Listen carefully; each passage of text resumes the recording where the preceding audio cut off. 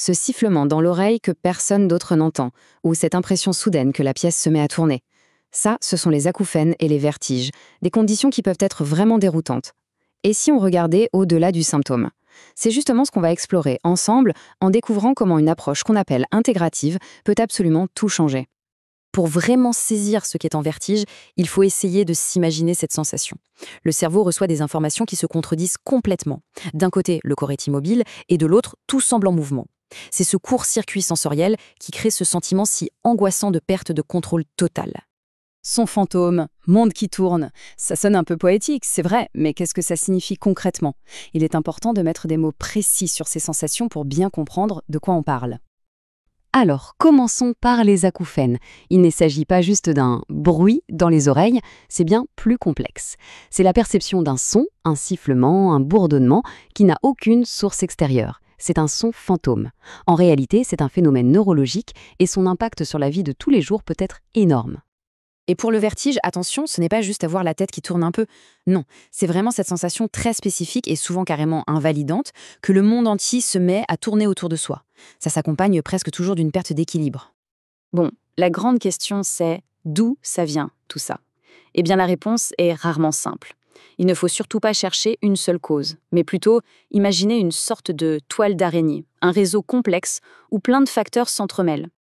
Les origines peuvent être incroyablement variées. Ça peut venir de problèmes de circulation sanguine, de déséquilibre métabolique, de tensions mécaniques dans le cou ou la mâchoire, ou même de carences nutritionnelles. Et bien sûr, le stress, lui, a tendance à venir jeter de l'huile sur le feu. Chaque élément est une pièce du puzzle. En fait, il faut voir chacun de ces déclencheurs comme un signal d'alarme. Une tension dans la nuque, une carence en vitamine D, ce sont des indices qui nous disent que certains systèmes du corps sont en déséquilibre. Tout est vraiment connecté. Mais dans toute cette toile, il y a un facteur qui agit comme un amplificateur surpuissant. Il vient aggraver tout le reste et créer un véritable cercle vicieux. Ce facteur, c'est le stress chronique. Alors, voilà comment le piège se referme. Le stress chronique fait grimper en flèche notre hormone du stress, le fameux cortisol. Ce cortisol, à son tour, provoque un accès de glutamate, un messager chimique qui excite nos neurones à fond. Résultat, le nerf auditif est surstimulé et se met à envoyer des signaux fantômes. Et bien sûr, ce bruit constant, ça génère encore plus de stress. La boucle est bouclée. Bon, face à un tableau aussi complexe, comment on fait? L'approche intégrative, ce qui est passionnant, c'est qu'elle va piocher dans une véritable boîte à outils végétale. L'idée n'est pas de masquer les symptômes, mais bien d'aider les systèmes du corps à retrouver leur propre équilibre. Attention, on n'est pas du tout dans les remèdes miracles, mais dans une stratégie bien ciblée. Par exemple, pour améliorer la circulation, on va penser au ginkgo. Pour agir sur ce fameux cercle vicieux du stress, on va se tourner vers la rhodiole. Et pour calmer une inflammation générale, le gingembre est un super allié. Chaque plante a un rôle très spécifique. Prenons l'exemple du ginkgo biloba pour voir plus en détail. Il est intéressant parce qu'il agit sur plusieurs niveaux à la fois. D'un côté, il protège les cellules nerveuses grâce à son action antioxydante.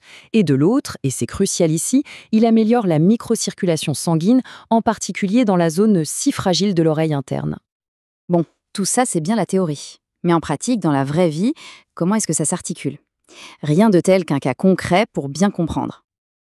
Alors, on a le profil d'une patiente dont le quotidien et les symptômes pointent clairement vers des déséquilibres devenus classiques.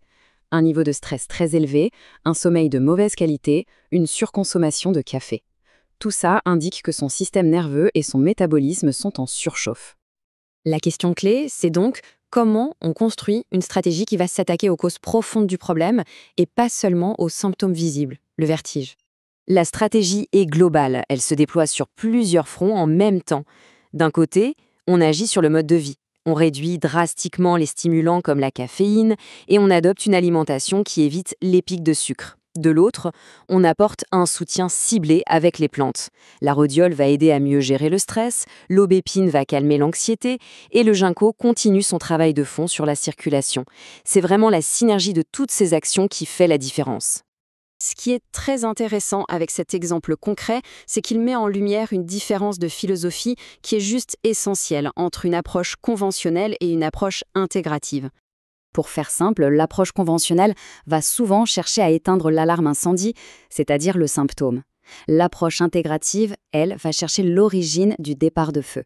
Le but n'est pas de faire taire le signal d'alarme, mais de comprendre pourquoi il s'est déclenché et de corriger le déséquilibre profond qui est à l'origine de tout.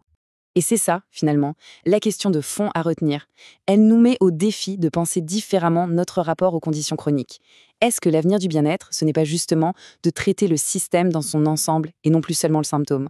C'est une réflexion qui ouvre des perspectives vraiment nouvelles.